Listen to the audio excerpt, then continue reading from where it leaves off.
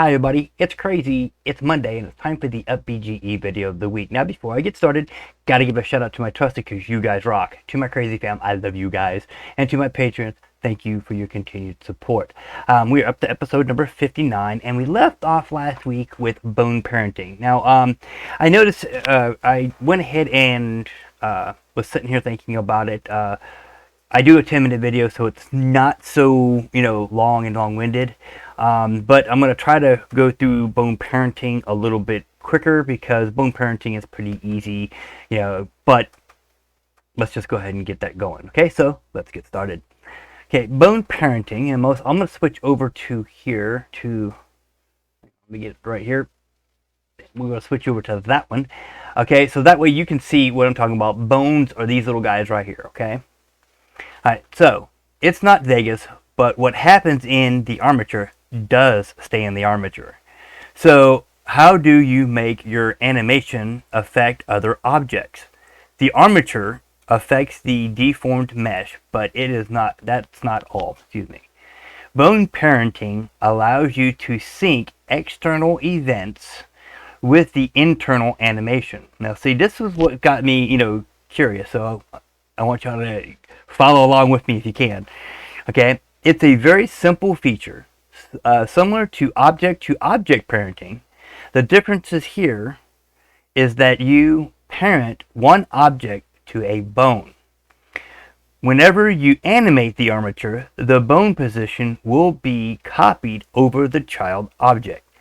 This child object actually acts as a parent for other objects. It works as an integrated extension of the armature into the game world. Let me scroll up a little bit. Okay. Earlier, when we talked about armature and poses, we mentioned that the physic mesh of your deformed mesh is not deformed. Nevertheless, you still can use bone parenting to interact physically with your world. Let's look at an example. Imagine that you need to pick up an element, a key, a coin, in your game with your character's hand. Okay? You start by animating your arm armature, say that 3 times fast, and arm meshes as you would do normally. Okay? So you would animate going to pick up the coin, or pick up the key, or pick up the flashlight, or pick up an object. Okay? Okay, you then need to empty an empty object parented to your hand bone and placed right on top of it. Did I go too far? Let's just start that and go back just a little bit. You start by animating your arm armature and your arm meshes as you would do normally. You then need an empty object parented to your hand bone and placed right on top of it. Okay, so in other words, you would have a bone parented up here on the hand bone. Okay, this empty will be your object. It will automatically move with your hand and can be used with any logic brick you want. Okay, so basically you're going to have an empty of something that it can pick up. Okay, because you need an empty object parented to your hand bone. Okay, not your hand, not the hand mesh, but the hand bone. Okay, and you're going to have it placed right on top of it. Okay, right on top of the hand bone. Okay, so after your hand takes the key, you need to make sure the key doesn't fall to the ground or drop into a drain and meet its end next to rusted pennies, cockroaches, and my old yo-yo. I don't have a yo-yo. I was never good at some. Okay. As soon as the collision object, your parented empty, touches the target object, which would be your key, you can set this object to be temporarily parented to this empty, which is then parented to the hand bone. Okay, so in other words, it'd be sitting right here, and when you go to pick something up, like say I picked this little cap up, when my hand goes over it, it will automatically parent to it. So it makes it look like you're actually holding it. Okay, you're not really. You ever figure out how they hold the sword and they can put it up? That's what they were talking about, or what we talked about last week with the sword, chopping the heads, you know.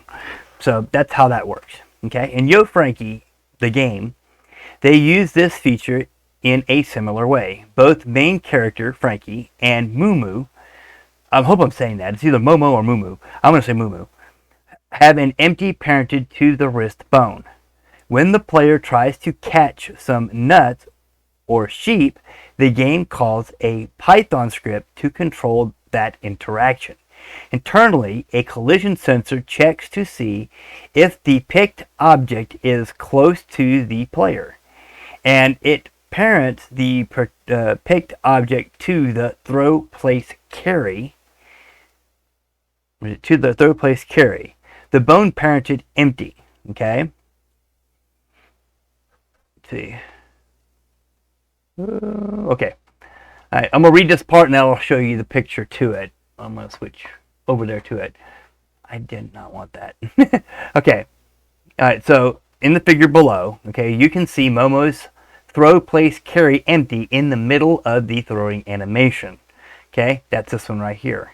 Okay, that's it. And then this right here is the throw, place, carry empty that they use. So whenever Momo goes to throw something, it's connected here, and then once she throws it, then it lets go. It unparents. Okay. Shape keys. Shape keys are fun. A buddy of mine does a lot of shape key effects, and it's a little bit of work if you're not really used to it. So let's continue on. Okay. I'm gonna switch back over to here, so that way you ain't gonna see the big old white screen blinding you. Okay. All right, so sometimes bone animation may not give you enough control over the mesh deformation. In those cases, you can animate the mesh directly via shape keys. As in Blender, you can define multiple shape keys representing different poses for your character. Each pose holds the position of all the vertices of your mesh. Okay. The workflow with shape keys is different from armature animations. You start defining your base pose, and on top of that, you create pose variations.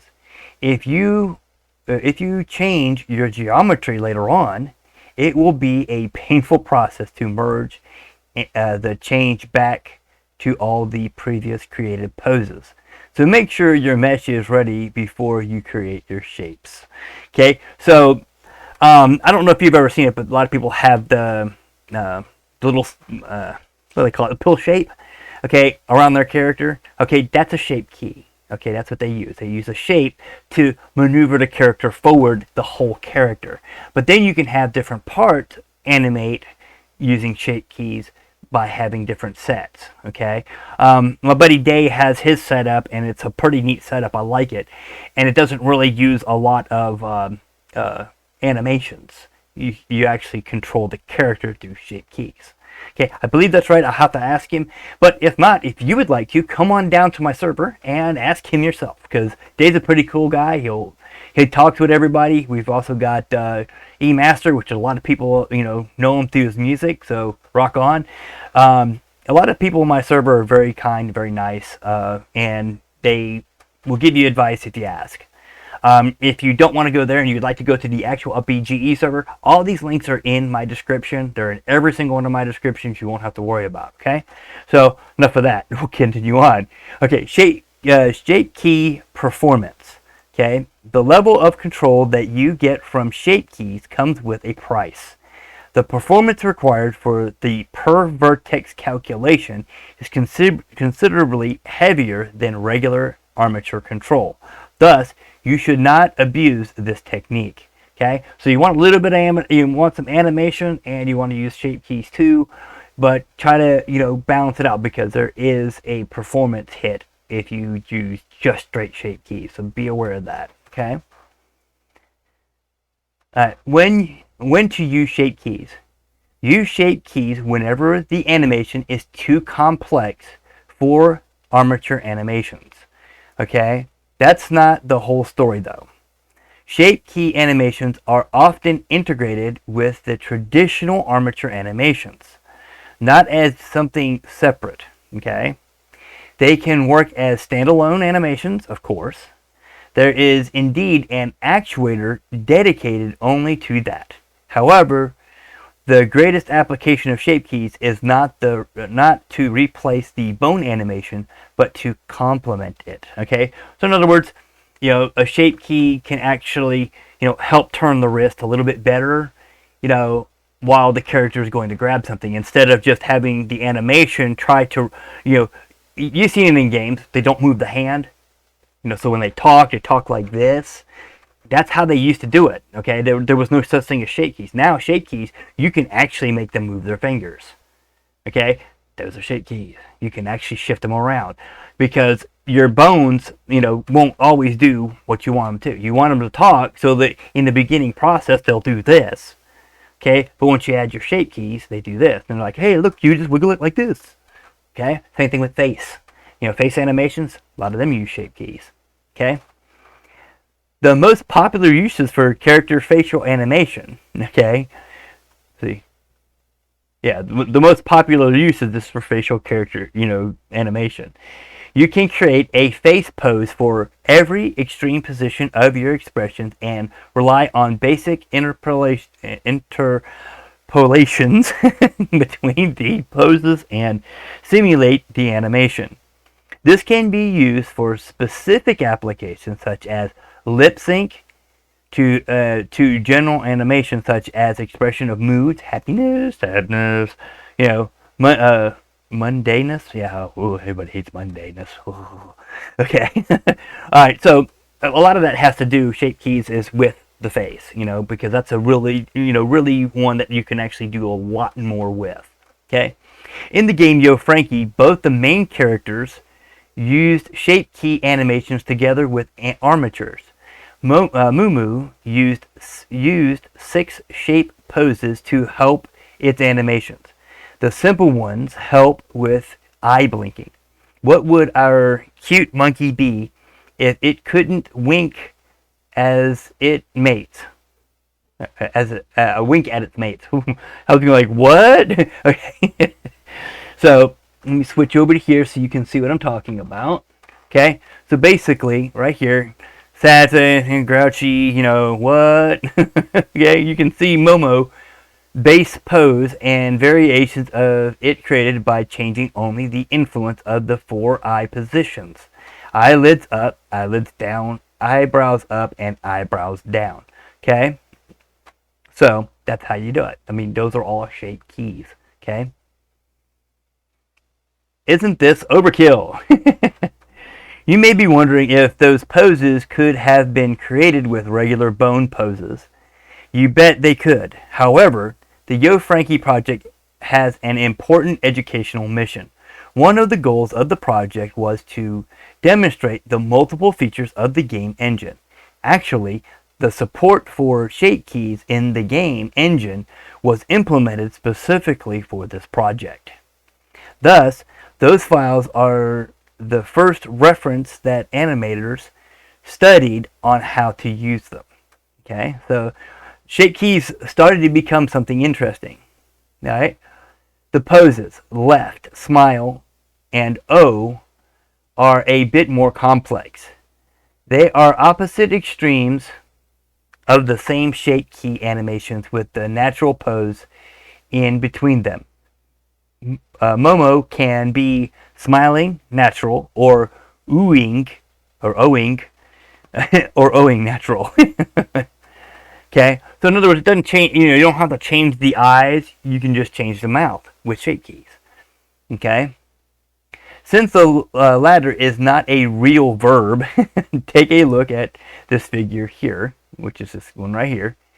Okay. To better appreciate all the monkey sex appeal. It will be hard to get those results without adding lots of bones, which would create a system hard to animate. So shape keys are a far more elegant solution. So if you have too many bones to make the face do that, do say him doing this, ooh, okay, then you'd have so much animation going on, you know, you'd have to have it just right. And if not, it wouldn't look right. But with the shape keys can actually set it right for you. Okay? Frankie the flying squirrel also uses shape keys for some facial expressions and to control its wings. Like Moo, it would be too hard to control the wings deformation using only bones. Therefore, a shape pose was created to show how the mesh would or should be when the wing is tucked in. In the figure below, you can see Frankie in the natural pose and with wings active. Okay? So, natural pose, wing active. Or is that, or vice versa. I think this one's normal and this is with wings active. Okay? Those shape keys are not used isolated as an action. Instead, they use, that drives me nuts, sorry about that. Okay. Instead, they are used as part of an armature pose driven by a bone. Like all the other animation bones, this bone is used as a driver for the shape action it is intended to control. Like the other bone over bone controls with constraints, which we will see next. The driver bone itself is unaware of its role as the shape key controller. Okay, in this picture, or in this figure here, shows the regular settings of the shape key action to the control bone. You will learn more about this later in the tutorial section. Okay, so as you see, this right here is your, this is all your bones, I believe. Yeah, these are your animations, your shape keys, and this is how they're used. Okay. All right, so let's see where we're getting on to. Yo, went a little bit over. So I'm going to read this last little Action Actuator set real quick, and then we'll go, we'll end it there and do tutorials next week. All right, so Action Actuator. Shape keys can also be used directly by the Action Actuator. This is useful when you need to animate your whole mesh exclusively through the vertex manipulation. Although you will probably not use it for your main character, you can make nice groundbreaking effects with this. Okay, so where does that put us at? Page 36. Okay, we're going to leave it off. We're going to do some tutorials, and we're going to try to work with some of them next week. So that is page 36 for you guys that are keeping up. Let me go ahead and go back to here. Okay, page 36, tutorials for next week. We'll get a little bit more into that, and hopefully we'll get to do some. I like to play with stuff because playing with stuff gets you a little bit better off. We're just reading from the book right now to get your mind knowledge set wrapped around it. Like when you're trying to learn a math problem, you know that there's one, and then there's a plus sign, then there's a 1. Well, you have to figure them out in order to make them work together. Okay, that's what we're doing right now. This is just a little tutorial, some sets of tutorials to kind of help you learn. So maybe we'll be able to make one and play around with it. And there is files for it, okay? So don't fret. All right, so with that being said, we'll catch y'all next week.